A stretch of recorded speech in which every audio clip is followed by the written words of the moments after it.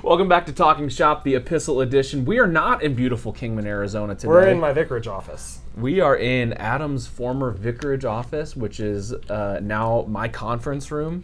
Maybe soon to be my office again. I don't know. It depends on how much I want to move.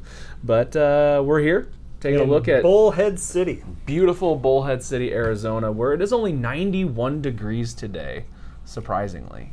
It's usually already about 130 this time of year, and God has blessed us with a long spring. But we're not talking about weather here. We could talk about the weather, but that's not what we're here for. We're here to talk about Romans 7. Romans 7, verse 14 through 25a. This is proper 9 for July 9th. Let's get after it. Spit out my Lord in every way, yet I'm still welcome in the arms.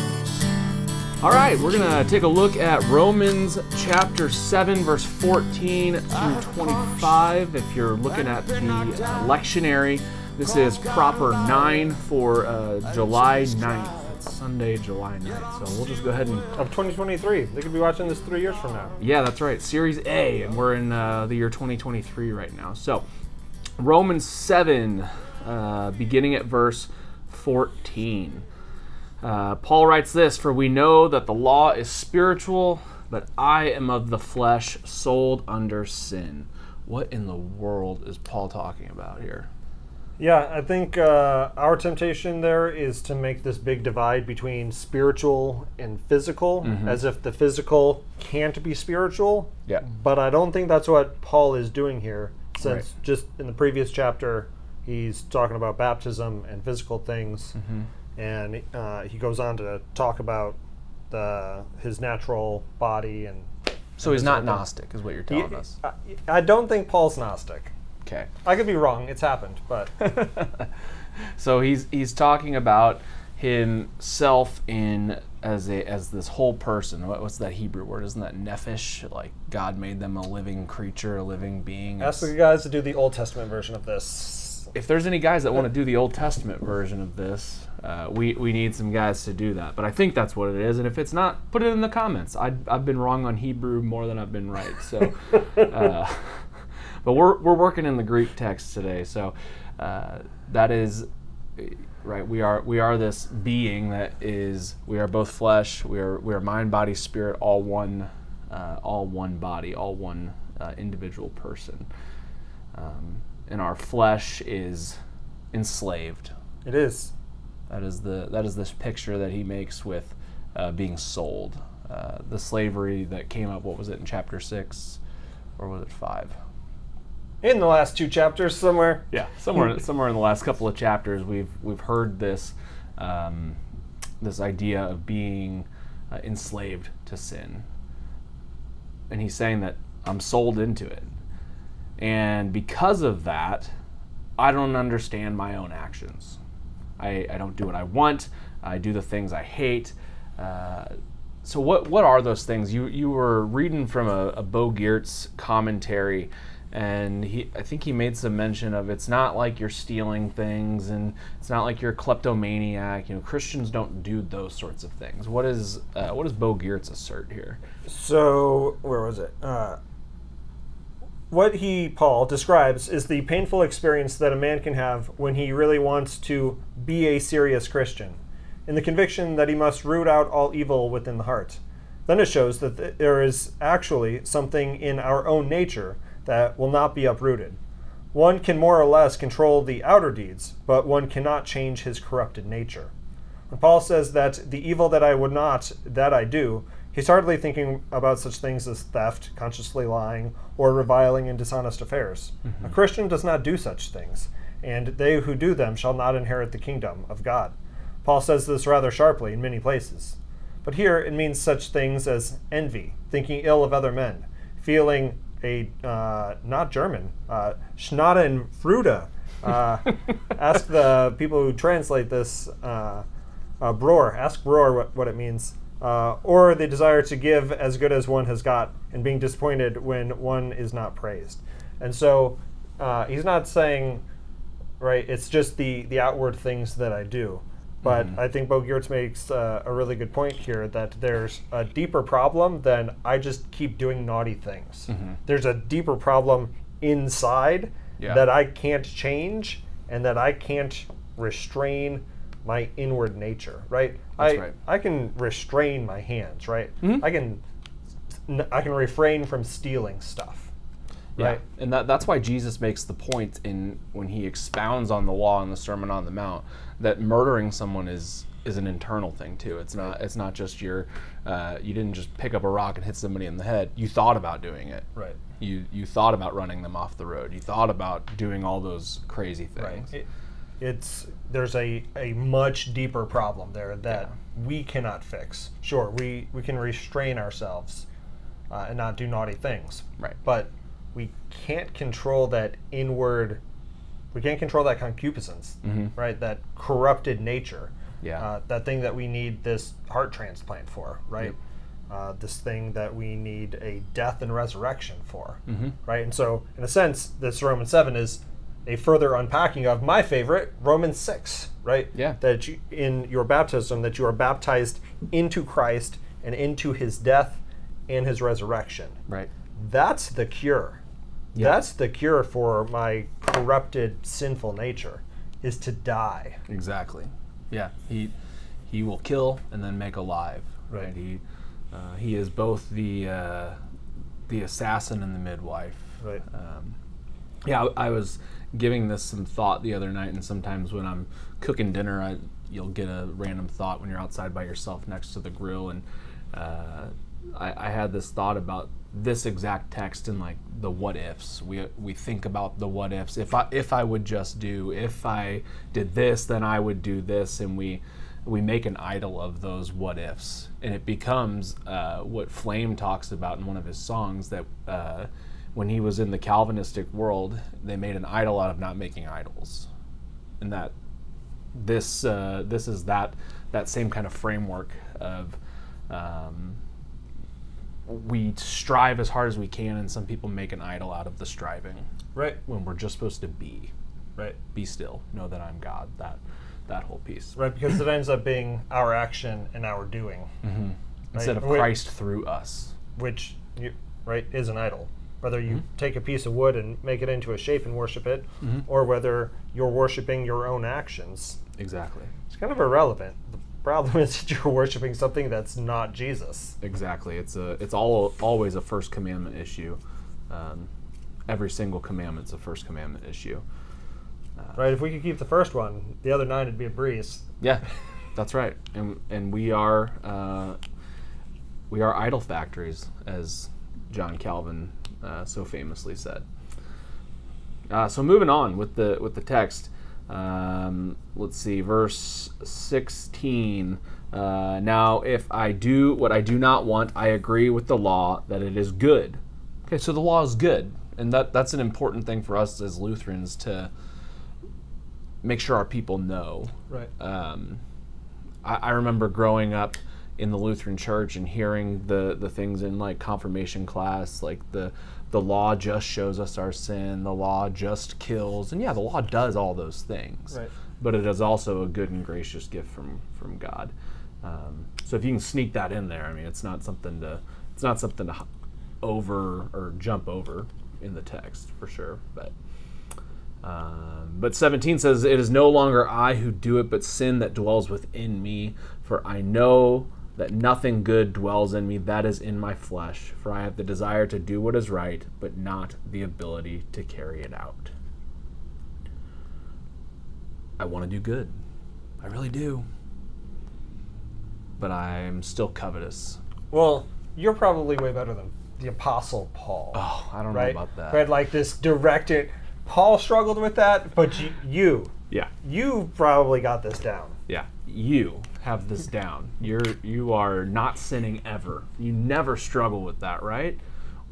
Wrong.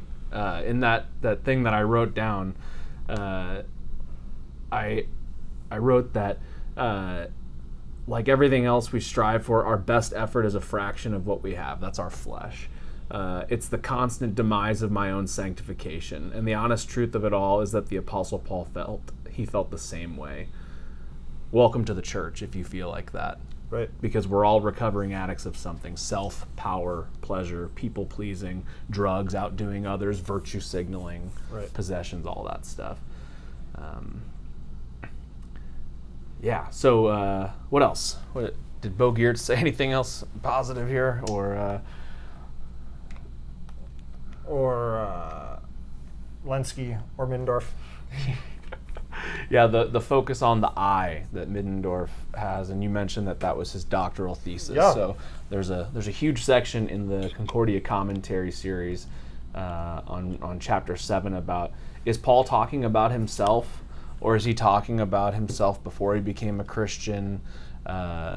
Because there are some that will make that contention that this is Paul talking about before he was sanctified. Right, except that it's all in the present tense. Yeah, grammar helps us with these things. Yeah. But so this is all present tense stuff that Paul's still dealing with.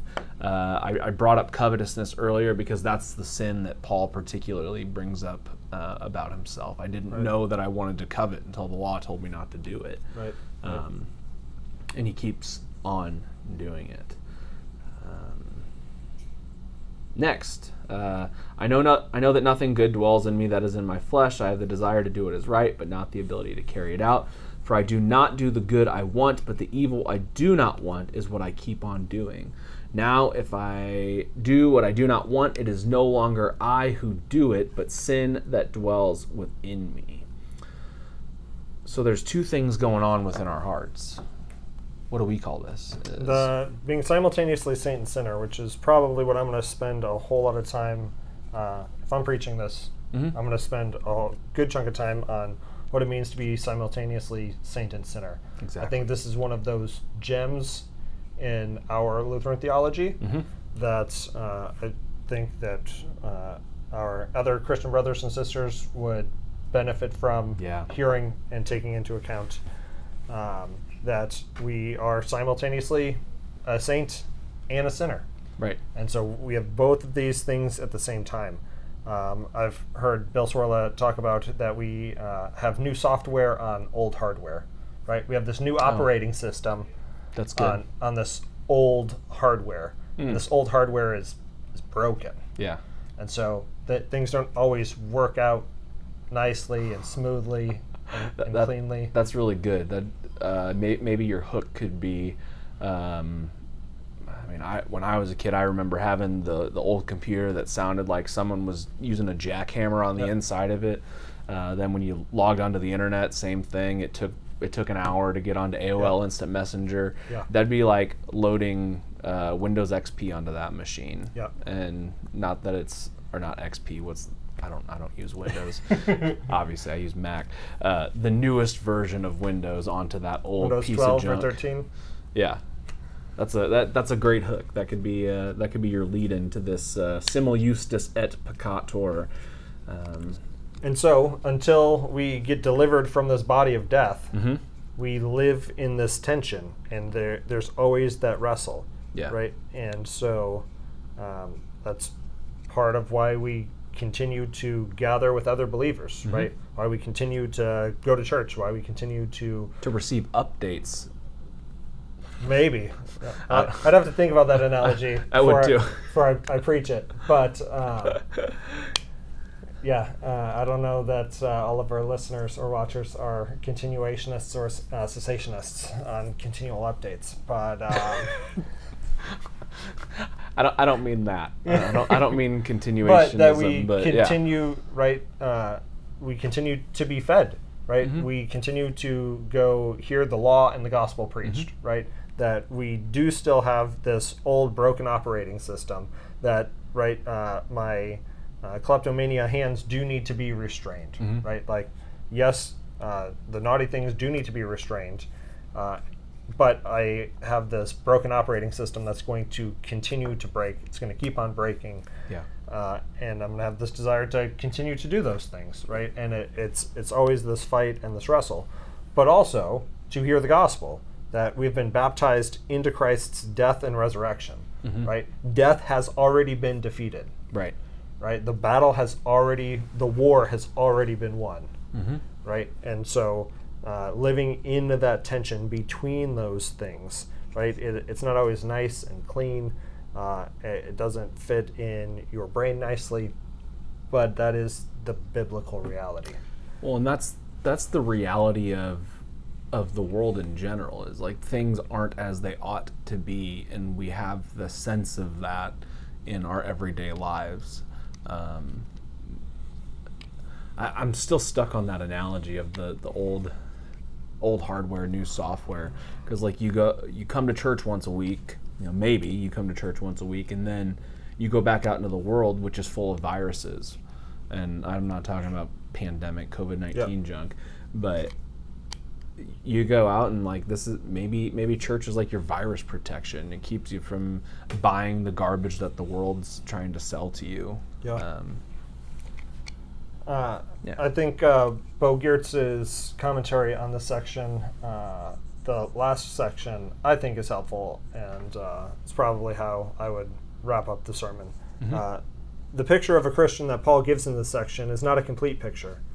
Notice that Paul says, "For I know that nothing good dwells within me, that is, in my flesh." This is the picture of a Christian such as I am in myself. But here, there is something still more important. There's something outside myself that saves me, the Lord who has died for me. With his Spirit, he can take up residence within me, and then I can obviously say that there is something good in me. Paul finishes with a cry of distress and a thank you. "Wretched man that I am, who will deliver me from this body of death?" Paul knows that there is a way out, only one, through Jesus. Final liberation, it doesn't come before death. So long as life continues, I may continue the fight with my old man, but it already continues on the new terms, thanks be to Christ. Paul now transitions to that theme in the next chapter. And so, right, not looking inward, but always looking extranos, outside ourselves. Because, right, there's nothing good naturally in this broken hardware, in this broken body of flesh that I am, right? I have to look outside of myself to Jesus to fix this big broken mess. And today, and on that Sunday, he calls you to himself. He says, "Come to me, all you who are heavy and weary and heavy laden, and I'll give you that rest." So here, there's somebody outside of you. Right. And I've been thinking about that a lot lately. Everything is extranos. Like, the law is outside of us. Yeah, it's built into us too, but that part's broken. We need the law outside of ourselves to work with this broken hardware that we've got. So but we come to Jesus because we are heavy laden. We need rest, and he has invited us to himself. And not only has he invited us, but he's grabbed onto you and made you to be his own. Right. You're baptized into him, and he's pulling you through death to life eternal. That's right. It's not footprints in the sand. It's drag marks in the sand. He drags you along sometimes. Mostly because you're dead. Yeah, that's a good point. That's a good point. Going back to our other translations from the past couple of weeks, the death of Sarah's womb, the death of Abraham, death was abundantly clear in their lives, and I don't know how things are going at your congregations and out there or with you, but we've had a lot of death here, like death. But here's Jesus. Preach the resurrection. Always. Don't forget the resurrection. That's the linchpin of this whole thing, as our brother Tim would like to say. But he's not here. What's he doing? I don't know. Disneyland. Oh. That's where he is. Disneyland celebrating Star Wars. Because, anyways. Well, that's all we got for you today. Like it, subscribe it, and let us know how you preach this text. We wanna hear from you. We want to steal your stuff as well. As long as you're stealing from us, we might as well make this reciprocal. So keep going and preach the gospel. See you next time.